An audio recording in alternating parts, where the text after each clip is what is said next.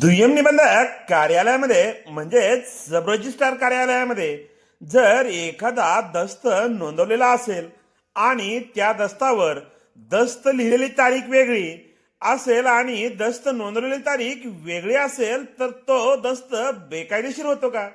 नमस्कार मित्रांनो, मी आपला वकील मित्र विशाल गावडे. चला तर मग कायद्याचं म्हणजेच तुमच्या फायद्याचं बोलूया. नोंदणी कायदा म्हणजेच रजिस्ट्रेशन ऍक्ट मधील काही महत्वाची कलमे आहेत.